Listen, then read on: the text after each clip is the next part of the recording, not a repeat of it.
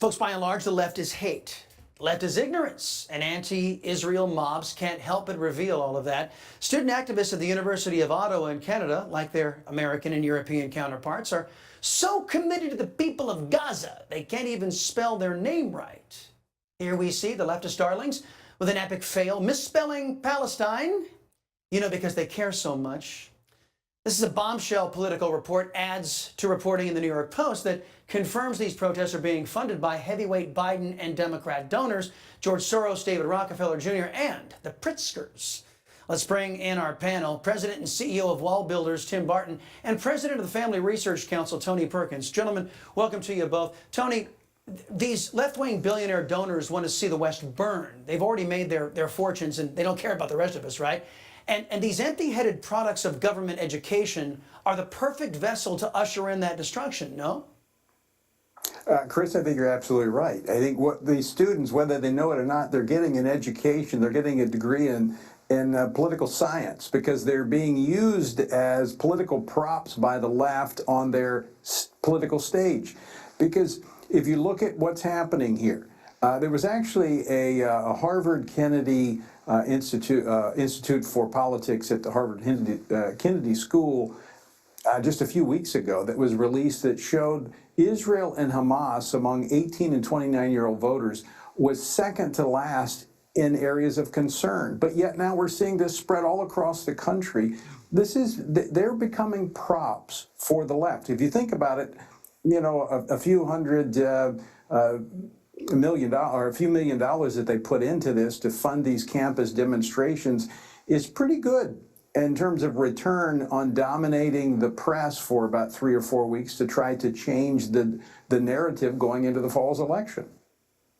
Exactly. Nobody's paying attention to all the damage Joe Biden and the Democrats are doing to the country. We're all paying attention to their little left-wing darlings on college campuses. Tim, this is a direct consequence, in my view, of turning over our education system to a bunch of left-wingers. You can't even spell Palestine correctly, because you care so much. What's your take?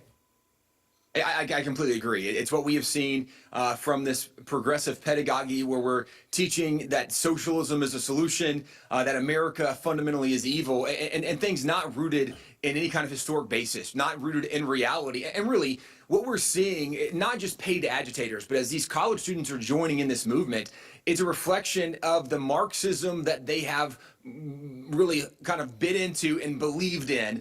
That in Marxism, there's only two groups, the oppressors and the oppressed. And they view Israel as the oppressed. And therefore, what happened on October 7th in Israel, these students would say, well, that's what they deserve for being oppressors. That they can't objectively look at what's going on and acknowledge that Hamas has been a terrorist organization. They've done evil things in Palestine in Gaza, but now they are doing really evil things in Israel. And so Israel responding to this act of war and aggression, now Israel's being accused of being the bad guy. Again, this is just a reflection that we're not teaching kids how to think, we're teaching them what to think, and really what they need to think is a socialist Marxist idea. That's what's happening on college campuses. College campuses and in K through 12, to be honest with you. And you know what? The rhetoric that's coming out of these so-called protests, these mobs, it sounds an awful lot like Antifa. It sounds an awful lot like BLM. They're all saying the same thing because it's the bad guy, always the West. And Tony, yesterday, activists vandalized a World War I memorial in Central Park. They burned the American flag after a mob of more than 1,000 marchers was blocked by cops from reaching the Met Gala, where left-wing elites were gathered. The celebs didn't want to face the chaos many of them are supporting. To paraphrase Obama's pastor, Democrats' chickens were coming home to roost, yes?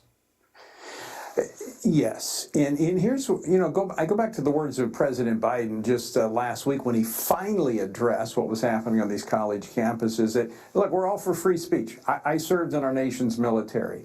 I protect the right of people to be wrong. All right, they have a right to speak. But when it crosses over into vandalism, I have an issue with burning the American flag. You know what? There's so many Americans that have sacrificed greatly. If they want to burn the flag, let them go to Gaza and burn the flag. But I have an issue with him burning the flag on American soil and desecrating a monument that recognizes the sacrifice that so many men and women have now made so that they can be stupid. And that's really what it is. We've given them the right to be stupid. It's their target. That's their real target. Again, they can't even spell the people who they're claiming they're for. Can't even spell their names correctly. Their real target has been, always will be, the West. Tim, and then there's the guy all of this distraction is intended to help, Joe Biden. Here he is on Cinco de Mayo. Listen to him try to pander to the Latino vote that he's losing in droves. Watch. We are a nation of immigrants, and we shouldn't forget it. No, we're not. It's why we're so good, why we're so strong, why we have such potential. We're a nation of dreamers. And Cinco de Mayo represents we're a nation of freedom. Cinco de Mayo, a minor Mexican holiday that celebrates a victory against France by the Mexicans, represents the United States as a nation of freedom, says Joe Biden. No wonder his team has teed up all this chaos and dialed back his public appearances, no? Yeah, I think certainly they have to dial back his public appearances, because the more he's in public, the more people recognize he's not fit to be the commander-in-chief. He is not physically capable of doing it. In fact, I would say it's only because his family does not truly love him. They love power and money more than they love Joe Biden, and that's why he's still there. He's just a puppet at this point, right? This is Weekend at Bernie's. This is what we are seeing. But yes, they're pandering right now because they know they can't win on the issues, so they're trying to be likable, which they're not even likable. Well, they could put out Jill with their breakfast burritos. Yeah, Cinco de Mayo. Yeah, nothing says America like Cinco de Mayo. Good grief. Tony Perkins, Tim Barton, thank you very much, gentlemen.